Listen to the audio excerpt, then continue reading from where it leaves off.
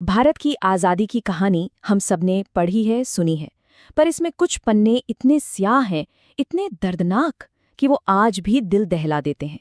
ये वो जख्म है जो शायद कभी पूरी तरह भरे ही नहीं। आज हम ऐसे ही एक काले अध्याय की बात करने वाले हैं, 16 अगस्त 1946, जिसे डायरेक्ट एक्शन डे के नाम से जाना जाता है। ये वो दिन था जिसने हिंदू मुस्लिम दरार को एक ऐसी खाई में बदल दिया जिसे पाटना नामुमकिन हो गया, और जिसने आखिरकार देश को बांट दिया। ये जो शब्द आप देख रहे हैं, ये किसी किताब से नहीं लिए गए हैं। ये एक चश्मदीद के शब्द हैं। एक जाने माने मानव विज्ञानी निर्मल कुमार बोस, उन्होंने अपनी आंखों से जो देखा उसे एक खत में बयां किया था। ये पंक्तियां उस खौफनाक मंजर की बस एक झलक है जिसने उस वक्त पूरे के पूरे कलकत्ता शहर को अपनी चपेट में ले लिया था। तो सवाल ये उठता है कि आखिर ये डायरेक्ट एक्शन डे था क्या, और इसने भारत की किस्मत को हमेशा हमेशा के लिए कैसे बदल कर रख दिया। चलिए आज इसी सवाल की तह तक चलते हैं, समझते हैं कि आखिर इसकी घोषणा हुई क्यों और कैसे कैसे एक शांतिपूर्ण प्रदर्शन का दावा भारत के इतिहास के सबसे क्रूर नरसंहारों में से एक बन गया। तो इस पूरी कहानी को समझने के लिए हमें थोड़ा पीछे चलना होगा। साल था 1946। सोचिए, दूसरा विश्व युद्ध अभी अभी खत्म हुआ है। अंग्रेज भारत छोड़ने की तैयारी कर रहे हैं। माहौल में एक उम्मीद भी है और एक बेचैनी भी, पर सबसे बड़ा सवाल हवा में तैर रहा था कि सत्ता आखिर सौंपी किसे जाएगी। और उस वक्त सत्ता के मैदान में दो सबसे बड़े दावेदार थे। एक तरफ थी इंडियन नेशनल कांग्रेस, जिनका सपना था एक मजबूत, एक एकजुट भारत, और दूसरी तरफ ऑल इंडिया मुस्लिम लीग, जो अपने 1940 के लाहौर प्रस्ताव पर अड़ी हुई थी। उनकी एक ही मांग थी, मुसलमानों के लिए एक अलग आज़ाद मुल्क पाकिस्तान। अब अंग्रेजों ने एक बीच का रास्ता निकालने की कोशिश की। उन्होंने कैबिनेट मिशन भेजा। इसका प्रस्ताव थोड़ा कॉम्प्लेक्स था, लेकिन मोटा मोटा ये कि एक ऐसा भारत बने जिसमें केंद्र सरकार बहुत मजबूत ना हो और प्रांतों को ज्यादा अधिकार मिले। लगा कि शायद बात बन जाएगी, लेकिन कांग्रेस और लीग के बीच अविश्वास की खाई इतनी ज्यादा गहरी हो चुकी थी कि ये कोशिश भी नाकाम हो गई। और बस इसी सियासी डेडलॉक के बीच कुछ ऐसी चिंगारियां उठीं जिन्होंने देखते ही देखते कलकत्ता में हिंसा की एक भयानक आग लगा दी। ये सब बहुत तेजी से हुआ।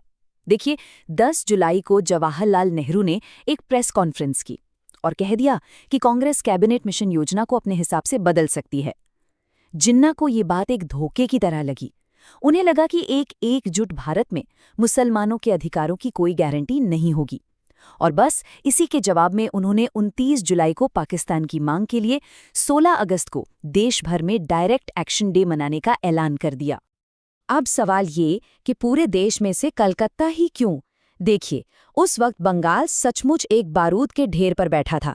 प्रांत में तो मुस्लिम आबादी ज्यादा थी, लेकिन इसकी राजधानी कलकत्ता वो एक हिंदू बहुल शहर था, और सत्ता थी मुस्लिम लीग के मुख्यमंत्री हुसैन शहीद सोहरावर्दी के हाथ में। कहा जाता है कि उन्होंने पुलिस बल में भी बड़े बदलाव किए थे। कई बिहारी हिंदुओं की जगह पठानों और मुसलमानों को भर्ती कर लिया था।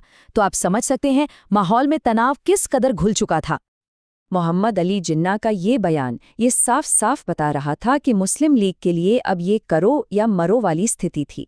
अब या तो भारत का बंटवारा होगा या भारत तबाह होगा। समझौते की कोई गुंजाइश नहीं बची थी। और फिर वो दिन आ ही गया। अब बात करते हैं उन 4 दिनों की जब कलकत्ता की सड़कें नफरत और खून से लाल हो गईं।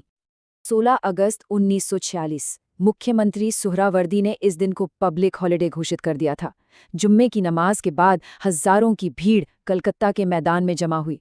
वहां मुस्लिम लीग के नेता ने भड़काऊ भाषण दिए, और उन भाषणों के बाद जो शुरू हुआ उसे सिर्फ एक ही शब्द में बयान किया जा सकता है, कत्लेआम। पहले 48 घंटे यानी 16 और 17 अगस्त एक तरफा कत्लेआम के थे। मुस्लिम लीग के जुलूसों ने हिंदू बस्तियों और दुकानों को चुन चुनकर निशाना बनाया।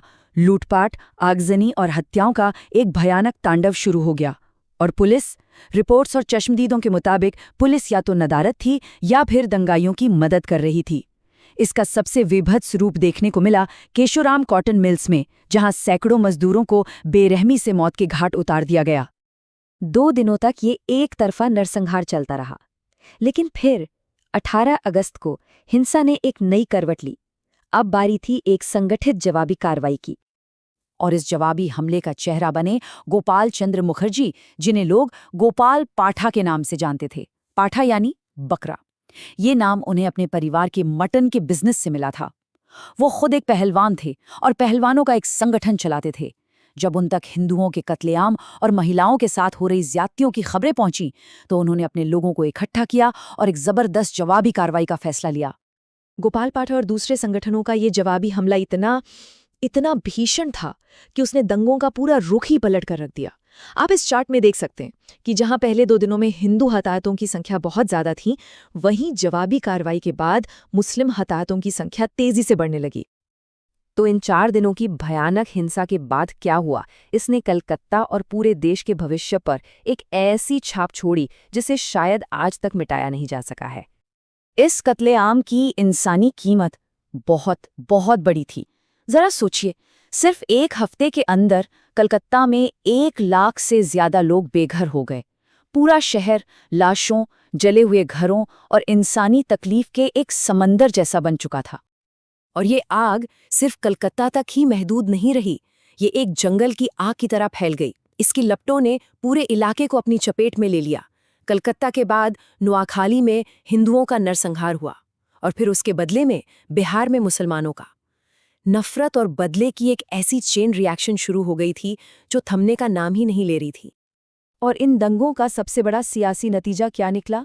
यही कि समझौते के सारे रास्ते बंद हो गए। अब बंगाली हिंदुओं को ये यकीन हो गया था कि एक संयुक्त बंगाल में वो कभी सुरक्षित नहीं रह पाएंगे, और श्यामा प्रसाद मुखर्जी के नेतृत्व में उन्होंने अपनी सुरक्षा के लिए बंगाल के ही बंटवारे की मांग करनी शुरू कर दी। तो आखिर में ये समझना बहुत ज़रूरी है कि कलकत्ता के उन सिर्फ 4 दिनों ने भारत के नक्शे को हमेशा हमेशा के लिए कैसे बदल कर रख दिया। कहते हैं कि ग्रेट कैलकाटा किलिंग्स ने ये सौदा पक्का कर दिया था। इस हिंसा ने ये साफ कर दिया था कि अब साथ रहना मुमकिन नहीं है। इसने बंटवारे की तकदीर पर आखिरी मोहर लगा दी थी और ठीक 1 साल बाद देश का विभाजन हो गया। तो कलकत्ता का ये नरसंहार इतिहास की किताब का सिर्फ एक पन्ना नहीं है, ये आज के लिए एक बहुत बड़ी चेतावनी है। ये हमें चीख कर बताता है कि नेताओं के भड़काऊ शब्दों के कितने भयानक नतीजे हो सकते हैं। ये दिखाता है कि जब पुलिस और प्रशासन जैसी संस्थाएं पक्षपाती हो जाएं, तो कत्लेआम को रोकना नामुमकिन हो जाता है।